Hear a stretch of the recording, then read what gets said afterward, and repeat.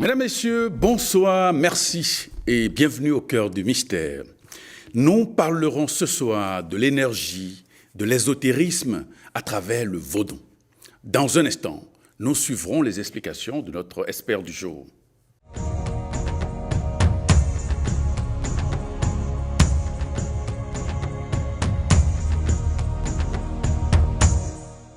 Et nous recevons ce soir Majesté Dioma Mousso. Il est cherchant en ésotérisme et tradition endogène. Majesté Dioma Mousso, bonsoir. Bonsoir, mon cher ami Noutéou. Merci de venir une nouvelle fois dans cette émission. C'est à moi de vous remercier et de remercier tous les téléspectateurs qui ont souvent eu envie de m'écouter. Merci. Voilà. Alors, qu'est-ce que c'est que le vaudou, Majesté Dioma Mousso? Alors, question pertinente et perplexe. Le vaudou, nous ne pourrons pas expliquer ou définir le vaudou en le paraphrasant juste. Alors, nous allons expliquer un contexte. Oui, les humains dans la nature sont confrontés à différents problèmes, aux vicissitudes de la vie. Et la recherche d'un secours, d'un être suprême pour aider à régler les problèmes tant spirituels et les objectifs matériels fait que l'homme cherche à se rattacher à Dieu, d'où la religion. Alors, un peu comme le christianisme, qui est l'une des religions les plus anciennes autour du Christ, a un document qui est la Bible. Et cette Bible-là proclame un prophète qui est Jésus-Christ. Et à travers Jésus-Christ, on peut se mettre en contact avec Dieu, demander des grâces à Dieu, et demander des bénédictions, faire des prières à travers Jésus-Christ, à travers les principes et les procédures et les mécanismes établis par la Bible, pour se mettre en contact avec Dieu. D'où le christianisme. Alors, le christianisme, en résumé, est une religion qui a un document fondamental qu'on appelle la Bible et qui a un prophète qu'on appelle Jésus-Christ. Alors, revenons à l'islam. L'islam aussi est un mécanisme par lequel les gens au Moyen-Orient se mettent en contact avec Dieu, demandent de grâce à Dieu. Alors, l'islam a un document de base, qui est le Coran, et un prophète, qui est Mahomet. Et nul ne peut aller au Père sans passer par Mahomet. De la même manière, toujours dans l'Asie, nous avons le bouddhisme. Le bouddhisme qui a un prophète aussi, qu'on appelle le Bouddha. Alors, on ne peut aller à Dieu sans passer par le Bouddha, sans respecter les principes fondamentaux. Les Africains, en Afrique, ont inventé, alors toute religion étant l'apanage de l'homme, la nature, le monde a existé avant les religions, et ce sont les humains qui ont fait les religions, qui ont inventé les religions. Donc en Afrique, le désir de se mettre en contact avec Dieu s'est imposé aussi. Alors, les Africains, eux, se sont résolus du moins à se dire que Dieu ne peut pas être représenté par un humain sur terre. Alors, mais ils ont pu avoir connaissance qu'il y a 4 éléments qui gouvernent la nature, qu'est l'eau, l'air, le feu et la terre. Alors, ils se sont dit que la nature même est déjà Dieu, est déjà une représentation grotesque de Dieu. Alors, d'où l'assemblage des 4 théogonies mères, pour ne pas dire les énergies qui se retrouvent dans terre, dans l'eau, dans feu et dans air, qui sont assemblées. Alors, qui ont constitué un autel que nous appelons le vaudou. Alors, c'est à travers certains principes de base à respecter, certaines procédures, certaines formes d'attitude ou de carburant qu'on offre à vaudou et on demande des grâces à Dieu à travers vaudou. Pour ne pas dire le prophète des Africains, c'est vaudou. Et vaudou est celui ou l'autel par lequel il faut passer pour communiquer avec Dieu. Alors, partant de ce principe, le vaudou est parti de cet exotérisme endogène qui a été étudié, perfectionné par des spiritualistes. Alors, c'est fait établir de dogmes. Et du dogme, c'est révélé la religion vaudou. Donc, vaudou est parti de l'exotérisme endogène, alors pour devenir une religion. Alors, nous n'allons pas nous attarder sur le mot vaudou. Alors, sinon que, bon, vaudou, il y a beaucoup d'histoires autour qui ont amené à l'appellation vaudou. D'aucuns vous auraient dit que c'est un mot venant des Ewe, du constat linguistique Ewe ou Ewe ou Miladjevo, Dowanudu. C'est une forme de rassemblement autour des lois pour accoucher des solutions aux différents problèmes que la nature nous impose, qu'est le vaudou. Voilà ce que nous pourrions dire. Très bien. Alors, comment est-ce qu'on peut différencier vaudou des autres parties comme le beau, la sorcellerie? Bon, revenons même d'abord au vaudou pour dire par approche comparative. Oui. D'accord. Le vaudou, lui, n'a pas de prophète humain. D'accord. Le vaudou est déjà le prophète. D'accord. Le vaudou n'a pas de document de base. Des jours à venir, le vaudou peut avoir de documents de base parce que l'uniformisation du langage vaudou s'impose de jour en jour. Parce que ce qu'on appelle vaudou, on l'appelle vaudou. Lorsque vous prenez la côte ouest africaine, le Nigeria, le Bénin, le Togo, le Ghana, il y a un constat linguistique où tout le monde dit, voulant parler de la langue dans laquelle nous nous exprimons comme dialecte, on dit aider, B. Donc, les pays partageant le constat linguistique B utilisent vaudou. Mais vaudou, même quand on vient au Bénin, il y a dans d'autres localités du Bénin, dans d'autres ethnies, dans d'autres groupes ethniques du Bénin, où ce qui est pratiqué, c'est le vaudou, mais ça n'a pas nom vaudou. Ainsi donc, le vaudou est en Côte d'Ivoire, au Ghana, au Gabon, dans tous les pays d'Afrique, il y a le vaudou. Mais il porte d'autres appellations. D'accord. Bon, revenons à votre question. Oui, qu'est-ce qui marque la différence entre vaudou et le beau et la sorcellerie? Voilà, ça c'est une question précieuse et épineuse. Le beau, ce que les Occidentaux ont chosifié de gris-gris, d'accord, n'est rien d'autre que, vous savez, les éléments de la nature, d'accord, ont des vertus. Et l'homme, recherchant l'équilibre social, puise ses recettes, ses ressources dans les éléments de la nature qu'il exploite. Alors, chaque élément de la nature a sa vertu.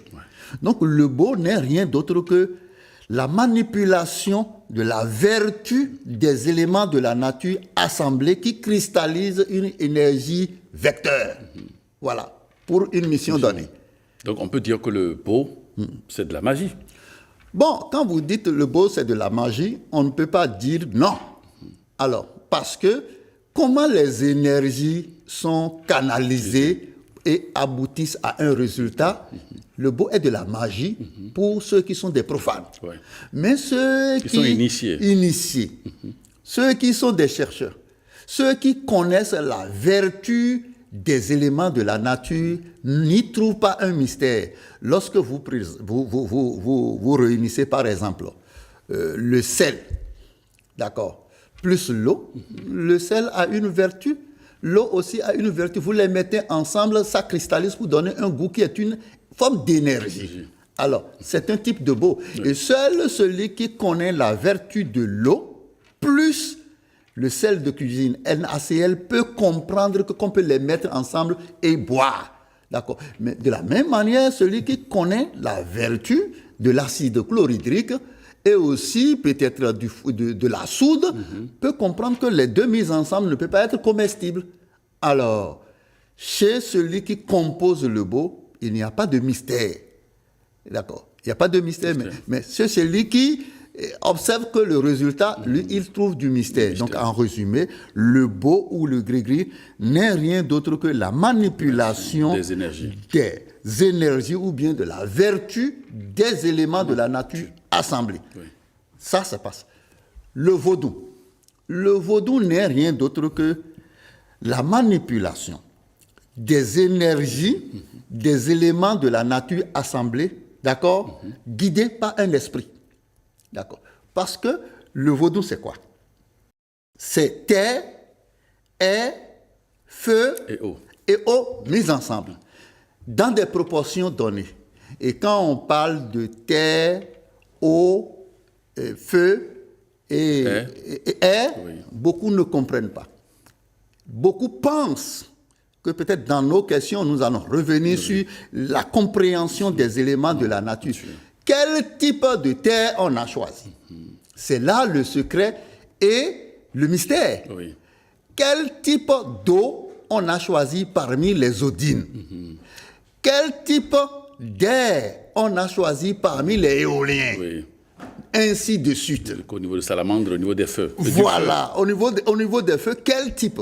Donc, selon le type de terre, d'eau, d'air et de feu mis ensemble dans des proportions données en fonction des carburants que le vaudou va consommer, va cristalliser une énergie.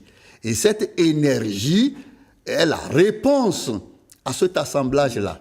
Donc, la différence entre le Bo et le vaudou, j'ai expliqué que beaucoup de vaudous, vous allez constater que beaucoup de vaudous consomment soit le sang ou la sève des plantes. Alors, à l'intérieur du sang se retrouve un esprit, un destin, un esprit germinal. Et c'est cet esprit germinal qu'on dépose sur le vaudou. Et nous avions expliqué que l'esprit germinal est une forme d'esprit qui enregistre des données et est immobile. Il n'est mobile que lorsqu'il trouve le sang, un peu comme l'aimant et le fer. D'accord. Donc, sur cet esprit germinal qui va commander l'énergie qui sera cristallisée dans l'assemblage des 4 éléments de la nature, on parle de vaudou. Mais le Bo, lui, il est animé par des esprits somatiques. Et il s'en va. Et quand on met ces éléments de la nature ensemble, ça cristallise une énergie et cette énergie peut aller en compte-pièce. D'accord. Mais le vaudou a une guidance. Et cette guidance, c'est l'esprit germinal, l'esprit principal des animaux ou des végétaux qu'on met là-dessus, d'accord, qui enregistre les données et qui font orienter l'énergie vers les objectifs qu'on cherche. Alors, revenons à la sorcellerie. Les humains, comme nous sommes humanoïdes, les humains, on développe la sorcellerie aussi au niveau des animaux, il y a la sorcellerie au niveau des plantes, il y a aussi la sorcellerie. La sorcellerie n'est rien d'autre que la recherche de maîtrise des forces invisibles. D'accord. C'est l'intermédiaire entre la spiritualité et la science. Alors, comment on peut définir la sorcellerie pour la différencier de Bo, de vaudou? D'accord. Tout humain est constitué d'un corps matériel, d'un corps psychique et d'un esprit. Alors, la sorcellerie n'est rien d'autre que l'aptitude que certaines personnes disposent, d'accord, à sortir leur esprit germinal du corps physique, laissant le corps psychisme qui fait fonctionner les organes, d'accord, et à aller faire des recherches et à aller se comporter comme un esprit somatique. À aller se faire porter, du moins par des drones, parce que l'esprit germinal, lui, n'est pas mobile. Lorsqu'il sort, il se fait porter peut-être par des animaux espiègles qui disposent d'aptitude ou de capacité pouvant accomplir la mission que l'esprit germinal souhaite accomplir. Ces esprits germinaux peuvent aller communiquer avec d'autres esprits germinaux, peuvent vouloir entrer dans d'autres esprits germinaux et cette tentative, ce désir crée des perturbations parce que 2 esprits ne peuvent pas rester dans un corps. Et cette agression permet à cet esprit germinal du sorcier de pouvoir lire dans le programme que l'autre comporte. C'est pourquoi toutes les inventions de la vie, d'accord, viennent des sorciers. Alors, la sorcellerie ne s'occupe que de la maîtrise de tout ce qui échappe au sens. Voilà la différence qu'on peut dire. Donc, en matière de sorcellerie, il n'y a pas d'éléments de la nature qu'on met ensemble. Non, c'est l'esprit germinal qui fonctionne. La preuve, c'est l'homme qui fait les découvertes. Et la sorcellerie, c'est l'aptitude que disposent certaines personnes à lire dans leur propre programme pour l'activer, pour le transformer en réalité. Ouais. L'aptitude que certaines personnes disposent à pouvoir lire dans votre programme et le rendre possible ou le rendre impossible. Quand on parle de sorcellerie, ça fait dresser les cheveux. Et puis, les gens pensent que c'est orienté pour détruire. C'est-à-dire que quand l'esprit germinal, comme vous l'avez dit, quand ça va visiter un autre esprit germinal, il essaie de déstabiliser la personne. Et sur le plan physique, on note des défaillances, on note des problèmes, on note des malaises au niveau de cette personne-là, dont l'esprit germinal a été malmené par un autre esprit germinal, disons, qui s'est téléporté dans la personne. Non. Et la sorcellerie n'a pas pour objectif de tourmenter les gens. Non. Cette aptitude, certaines personnes peuvent l'acquérir comme on peut la donner à certaines personnes. D'accord? Il y a des rituels bien précis qui permettent de transmettre cette vibration à d'autres personnes. D'accord? La sorcellerie n'est rien d'autre qu'une aptitude qui devrait permettre aux gens de faire beaucoup plus d'inventions, de découvrir ce qui est invisible. Si bien qu'au fond, les concepts comme la réincarnation, la guérison, les rituels et les cycles de vie ne doivent pas être perçus comme de simples concepts abstraits au niveau de la sorcellerie. Mais ce sont des outils de navigation dans un monde complexe où lorsque nous observons, l'invisible est pratiquement aussi réel que le physique en matière de sorcellerie. Donc, il y a toute une différence entre Bo, qui est gris-gris, Vodou, qui n'est rien d'autre qu'une déité conçue, qui est guidée par un esprit germinal ou plusieurs esprits germinaux, et la sorcellerie, qui n'est rien d'autre que l'aptitude que certaines personnes disposent à quitter leur corps physique et psychique, d'accord, et à opérer un voyage. Et ce voyage-là, il leur faut nécessairement un drone. Donc les hiboux, disons, qui servent de drone, entre guillemets, ou de véhicules, les hiboux, les geckos, etc., leur rôle, c'est d'aller secouer d'autres esprits germinaux, c'est ça? Non, je ne dis pas, c'est pas le hibou qui est le sorcier. Non. D'accord. Le hibou porte la vibration de l'esprit germinal parce que l'esprit germinal, lui, ne se déplace pas. Il faut le déplacer. C'est pourquoi quand il entre dans un corps, il développe toutes les capacités ou les potentialités pour permettre à l'humain d'utiliser ses organes, fermer ses yeux. Sinon, les yeux étaient déjà créés dans le plan psychique pour se fermer, pour s'ouvrir. Maintenant, lorsque l'esprit germinal entre dans le corps, lui, il peut à volonté conduire le véhicule IE. C'est pourquoi je parle de voyage, que ce sont des outils de voyage en réalité. Donc la sorcellerie est la seule arme qui nous permet de découvrir tout ce qui est invisible. De telle enseigne que l'invisible est aussi réel que le visible. Très bien. D'accord. Alors, quelle est l'importance de l'énergie dans les rituels vaudous et comment est-elle canalisée? Bon, lorsque nous ne pouvons pas parler d'énergie au niveau du vaudou sans parler des esprits. Parce que j'ai toujours dit, en matière de spiritualité, c'est une question d'esprit. Et même les énergies dont on parle, ce sont des esprits, en réalité. Et dans le vaudou, il y a deux sortes d'esprits qui constituent des énergies qui s'utilisent. Il y a des énergies somatiques, c'est-à-dire des énergies qui ne vont pas transmettre de matériel génétique ou de vibrations secondaires, d'accord, qui ont une mission précise et qui ont une faible capacité d'accumulation de données. Et en dehors de ça, il y a les énergies germinaux, qui sont des énergies qui peuvent alors assumer des missions de contrôle sur des humains, sur le programme des humains. D'accord. Donc, c'est des concepts qu'il faut vraiment maîtriser. C'est pourquoi j'ai toujours dit que la maîtrise de l'esprit est cruciale pour des objectifs spirituels et matériels. Très bien. Voilà. Donc, en matière d'énergie, l'énergie peut être déclenchée par le regroupement d'éléments de la nature et ayant un objectif donné.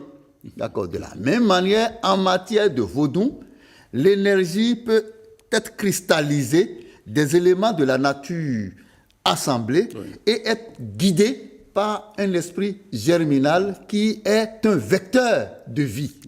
Voilà. En matière de sorcellerie aussi, l'énergie peut être capitalisée par l'aptitude dont dispose du moins l'esprit germinal pour accomplir des missions. Voilà ce que nous pourrions dire. Alors, quel rôle jouent les esprits dans les cérémonies, par exemple? Oui. Dans les cérémonies, il y a des esprits qui jouent des rôles. Lorsque je prends par exemple quelqu'un qui est tourmenté par les maris de nuit, quelqu'un qui est tourmenté par, comment on appelle, Mamiwata, ou Dan, ou n'importe quel type de déité, alors c'est des énergies qui viennent perturber l'esprit germinal de la personne.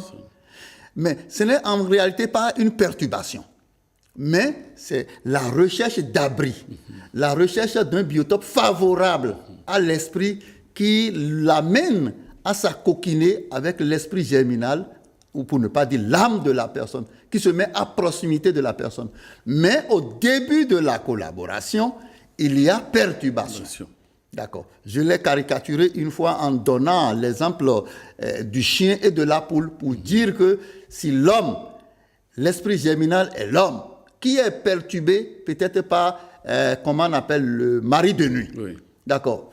Alors, s'il est perturbé par le mari de nuit, comment il est perturbé? Il y a une poule qui représente le mari de nuit là, qui vient le perturber.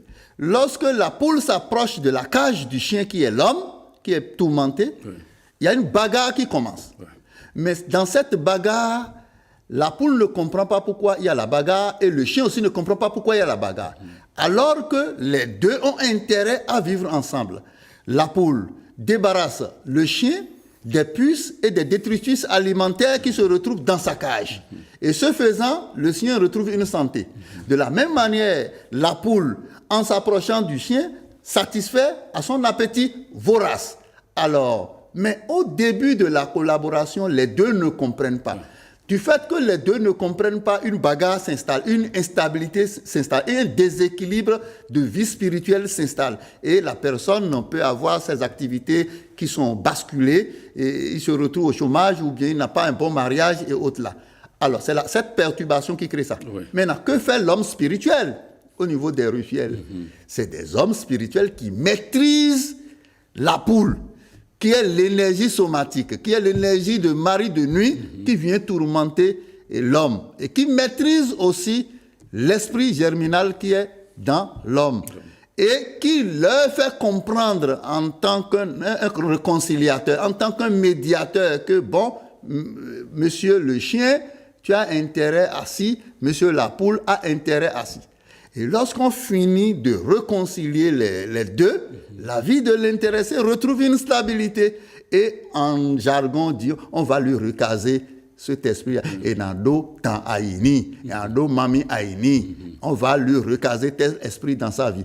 Mais c'est possible d'isoler en matière de rituel l'esprit à la personne. Mais quand on isole l'esprit, c'est un peu comme un maïs que vous avez planté, qui pousse. Même si on ne lui donne pas d'engrais, il va produire. Mais ses épis ne seront pas aussi gros. Comment est-ce que les pratiquants du vaudou communiquent-ils avec les esprits? La communication avec les esprits, elle est facile. Le concept de réincarnation, je reprends toujours, le concept de réincarnation, de guérison, de rituel et les cycles de vie ne sont pas des événements isolés. C'est nos pensées, nos actions constituent un réseau d'interaction qui a des répercussions. D'accord.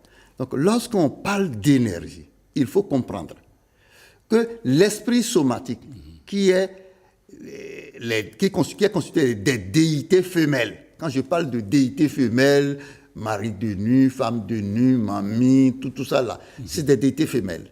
D'accord. Mais les déités mères sont des déités qui se nourrissent de l'esprit germinal, qui fonctionnent avec le matériel spirituel de fécondation. D'accord.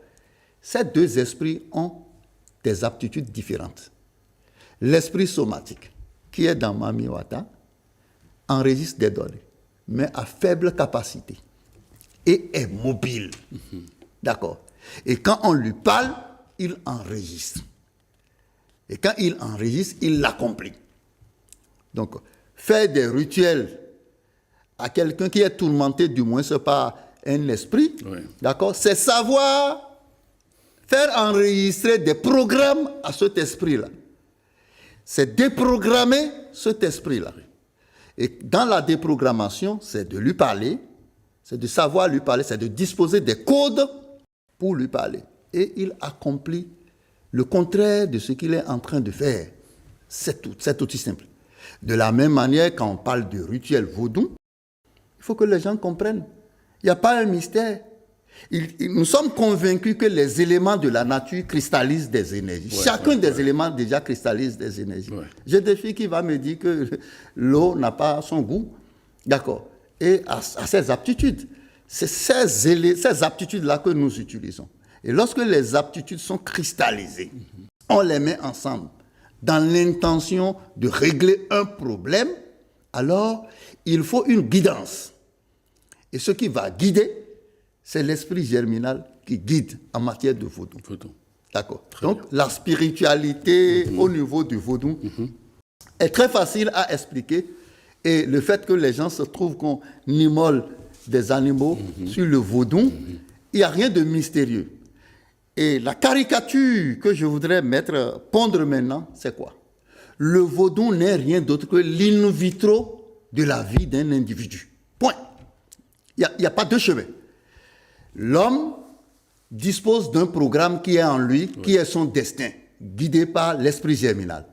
Il y a des organes à l'intérieur de l'homme qui rendent le sang permanent et perpétuel, aussi longtemps que l'individu vit. Et dans ce sang, le programme de vie de l'intéressé se développe.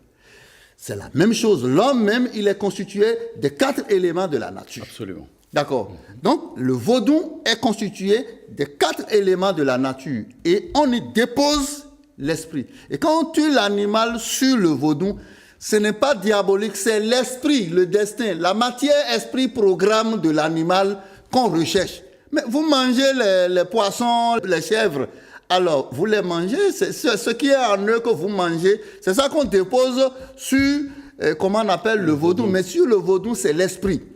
L'esprit de l'animal. L'esprit qui est le destin de l'animal. Et je vous ai dit que quand on le dépose là-dessus, lui ne bouge pas. Lui, il est statique, il reste là. Et plus les esprits sont abondants, ils ont l'aptitude à enregistrer des données. Et quand ils enregistrent les données, vous mettez du sang sur les données que ces esprits ont enregistrées. Ces esprits commencent par tenter transcrire en réalité les vœux, les programmes que vous avez mis là-dessus. Très bien. Comme ça se passe dans les humains, c'est comme ça se passe hors des humains. La différence est qu'il n'y a pas un appareil qui entretient le sang. Le jour où il y aura d'appareil qui entretient le sang, les réactions de vaudou seront très efficaces et très rapides. Et quand vous priez, vous laissez des vœux sur un vaudou et à 100%, ça va se réaliser. S'il y a du carburant, ça va se réaliser. Et le vaudou, tel qu'on dit, accepte des carburants. Oui.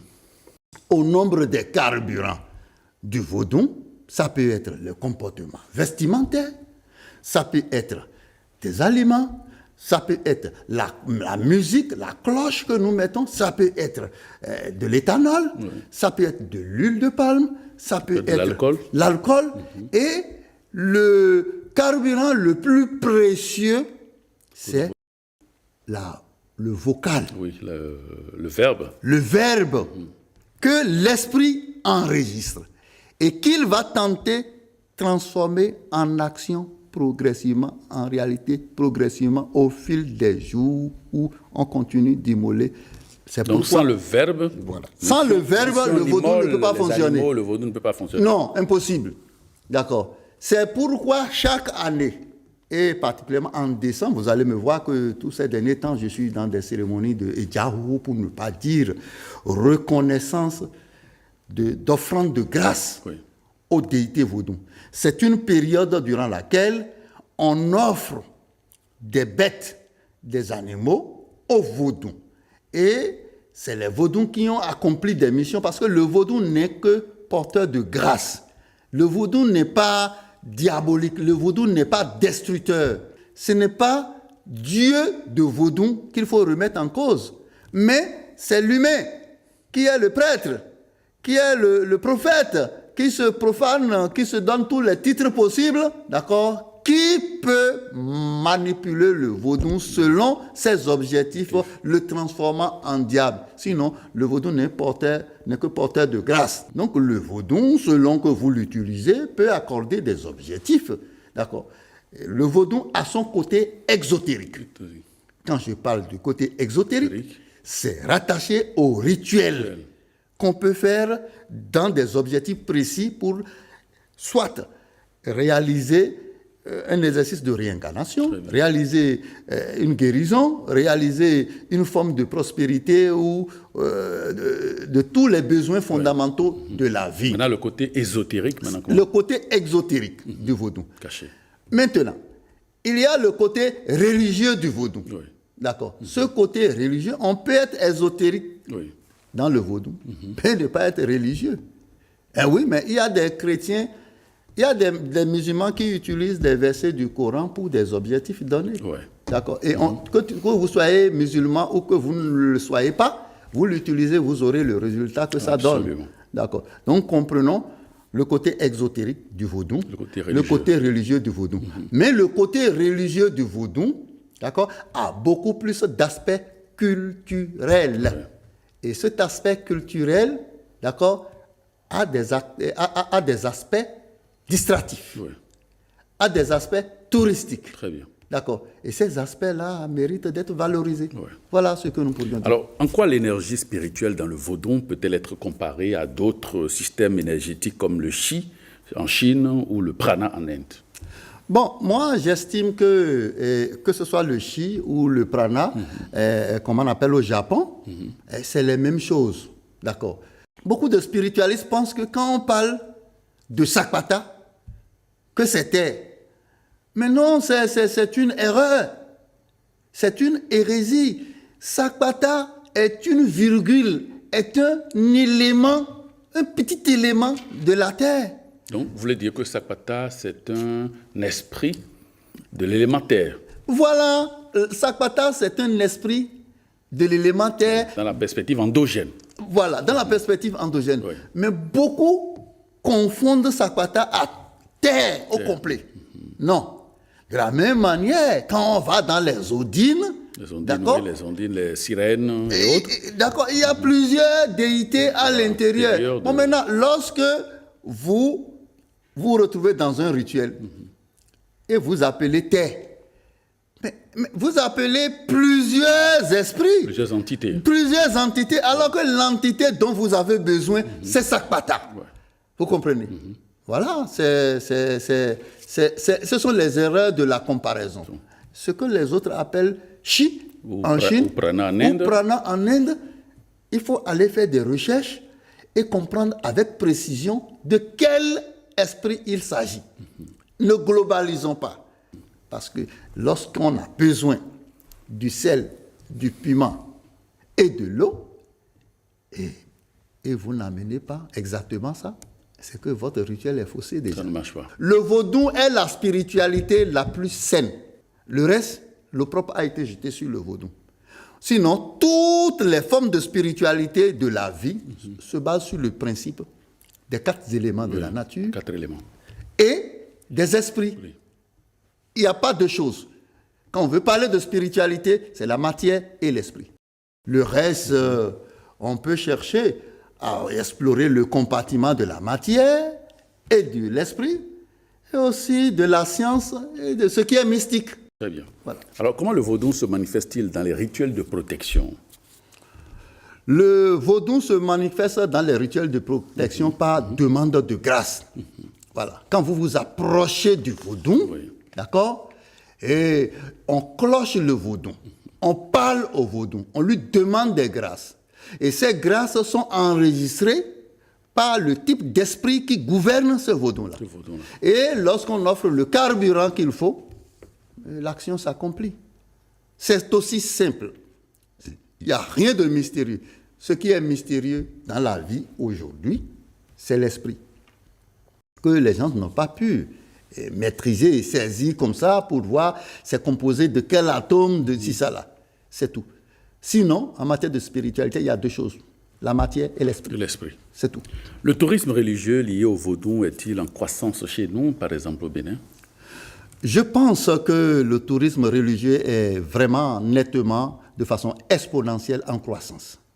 Vous savez, autour de toute obédience religieuse, il y a un tourisme religieux. Oui. Lorsque vous prenez par exemple, comment on appelle l'islam, d'accord, les gens vont au Hajj. Et au Hajj, il y a tout ce qui a rapport avec l'exotérisme de l'islam, mais il y a les aspects touristiques, comment on appelle, de l'islam que vous découvrez. D'accord. De la même manière, ceux qui vont à Notre-Dame de Lourdes. Oui.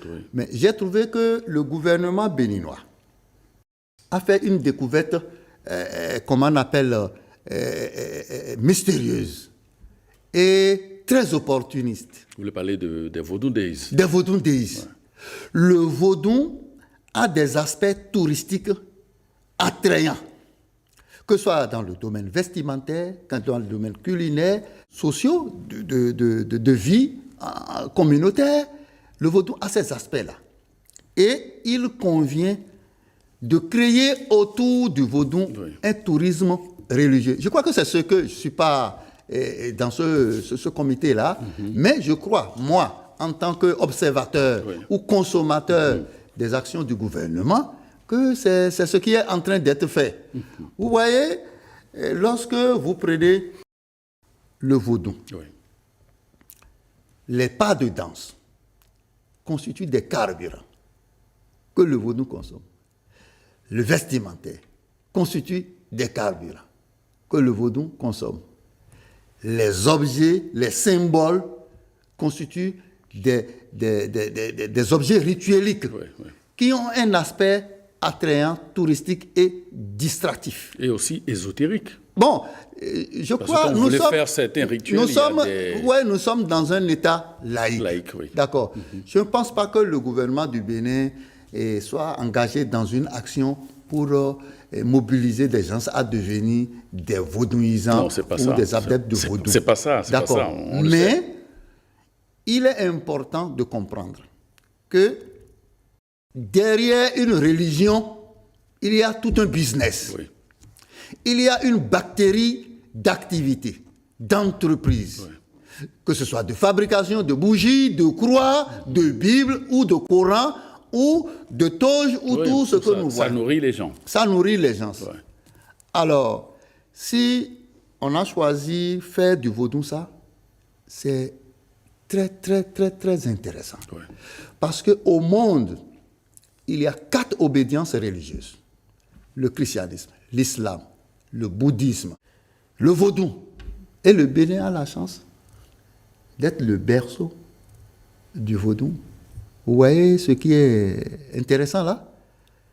J'ai dit, parmi les ressources naturelles de la vie, que ce soit les ressources sous terre, tout ce qui a rapport aux minéraux, diamants, tantalite et tous les bataclans qu'on raconte là, et les végétaux et les animaux, tout ce qui est ressources, et même les humains, tout ce qui est ressources là, ça peut finir.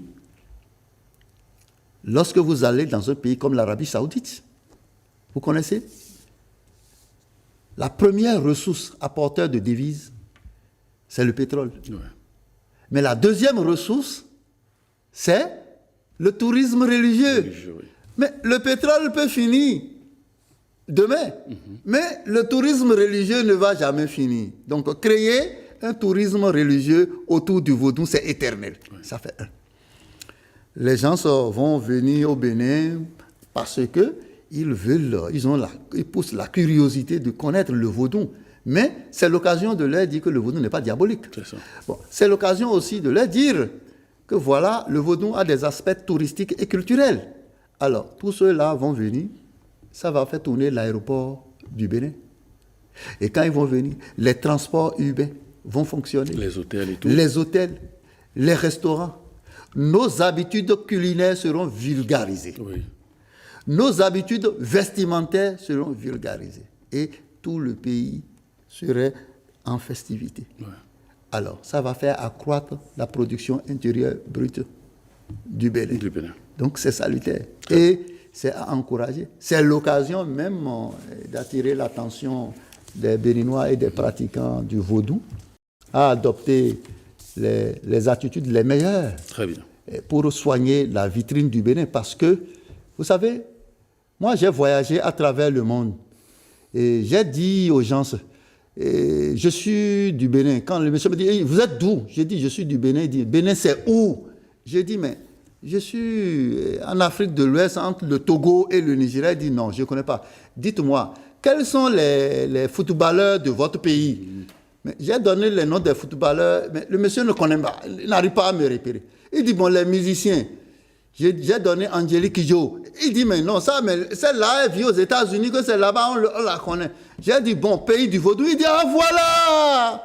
Ça veut dire que le vaudou révèle l'identité du Béninois.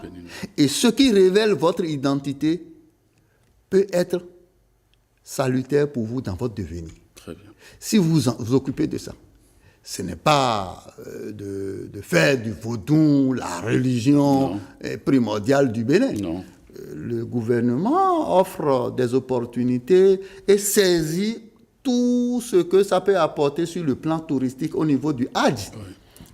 Aussi au niveau du christianisme. Oui. Ouais. Dans notre pays, par exemple, le Bénin, la religion chrétienne a beaucoup de jours, de fériés, oui. D'accord, qu'on a offert au christianisme. Mais c'est beaucoup d'argent qu'on offre au christianisme comme ça. Aussi au niveau de l'islam, il y a ça. Mais les bouddhistes et eux aussi, les autres ne sont pas prépondérants au Bénin ici. Sinon, on leur aurait offert de grâce. Donc c'est l'occasion pour la toute première fois d'offrir une première grâce au vaudou qui nous offrait des grâces depuis des millénaires. Alors, ce n'est que salutaire. Et nous allons remercier le gouvernement, inviter tous les Béninois à accompagner ce projet parce qu'il y a vaudou dans toutes les contrées du Bénin. Oui. Et ça va faire revaloriser les sites touristiques. Quand quelqu'un qui vient au Bénin qui dit, bon, je veux connaître le Khébiosso, il peut aller à Adjara, Soken, ça va faire tourner les restaurants de là-bas, ça va faire tourner le transport et autres là. Donc, le vaudou est apporteur de devises. En dehors de l'aspect exotérique, oui. Que certains curieux peut être ambitieux de solliciter, d'accord, l'aspect touristique est prépondérant. Oui. Et je crois que le gouvernement doit tout faire pour assainir la corporation des vaudous. Et que l'unification du langage vaudou doit s'imposer. Parce qu'une religion dans laquelle Kodjo a un langage, une terminologie, et l'autre n'a pas, alors qu'ils disent les mêmes choses, ça crée des plans de faiblesse de cette religion. Il faut reconnaître que le vaudou a été persécuté durant des siècles. Sinon, il aurait déjà eu tous ces instruments de développement. Oui. Voilà ce que nous pourrions dire sur l'aspect touristique et culturel du vaudou. Donc le vaudou est une religion au complet. Merci. Au complet, parce qu'il a son côté ésotérique. Il a son côté touristique et il a son côté touristique. Oui. Comme les autres obédiences religieuses. Je rappelle que vous êtes cherchant en ésotérisme et tradition endogène. Merci pour toutes ces précisions. Endogène me préoccupe beaucoup. Voilà, merci pour toutes ces explications et précisions que vous apportez donc sur le vaudou, l'énergie, l'ésotérisme et enfin vaudou, vecteur touristique. Merci à vous, merci infiniment. Amis téléspectateurs, merci de nous avoir suivis. Cette émission se referme. Merci de votre auguste attention et à très bientôt.